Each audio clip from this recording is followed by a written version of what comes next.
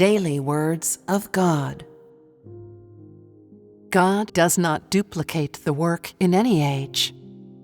Since the last days have arrived, He will do the work that He does in the last days and reveal the entire disposition that is His in the last days. In speaking of the last days, this refers to a separate age, one in which Jesus said, "You will surely encounter disaster and encounter earthquakes, famines, and plagues, which will show that this is a new age and is no longer the old age of grace." Supposing that, as people say, God is forever unchanging, His disposition is always compassionate and loving, that He loves man as Himself, and He offers every man salvation and never hates man, would His work ever be able to come to an end? When Jesus came and was nailed to the cross, sacrificing Himself for all sinners and offering Himself upon the altar, He had already completed the work of redemption and brought the age of grace to an end.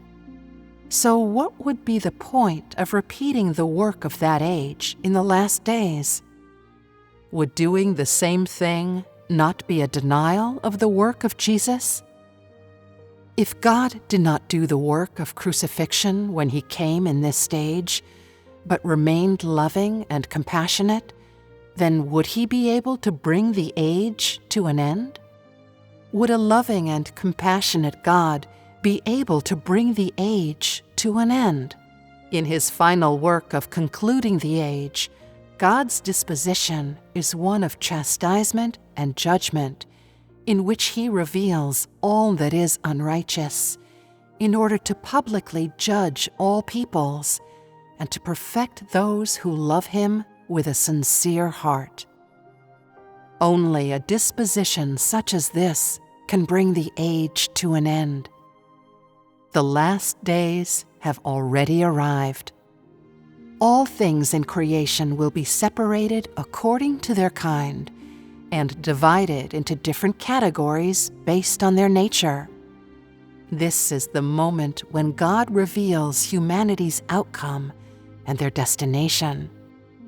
If people do not undergo chastisement and judgment, then there will be no way of exposing their disobedience and unrighteousness.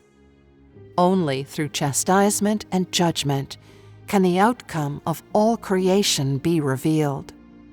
Man only shows his true colors when he is chastised and judged.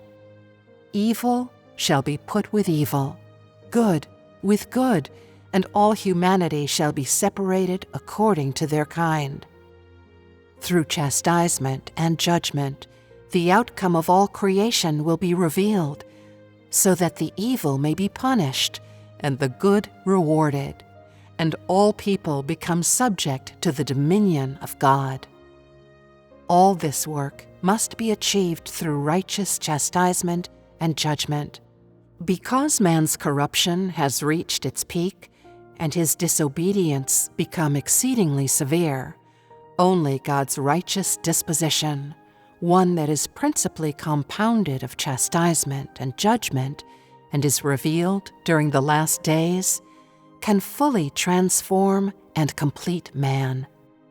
Only this disposition can expose evil and thus severely punish all the unrighteous.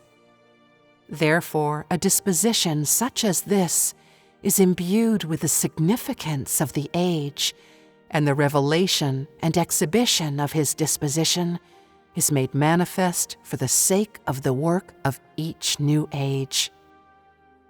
It is not that God reveals His disposition arbitrarily and without significance.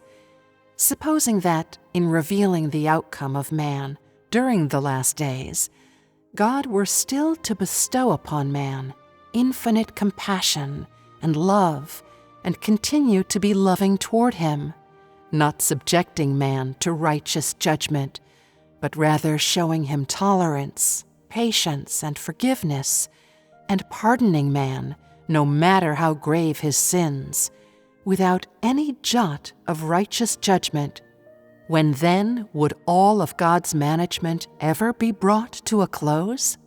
When would a disposition such as this be able to lead people into mankind's appropriate destination?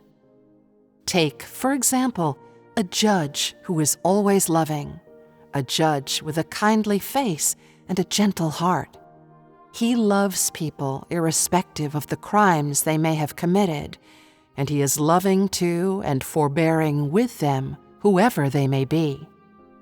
In that case, when will he ever be able to reach a just verdict? During the last days, only righteous judgment can separate man according to their kind and bring man into a new realm.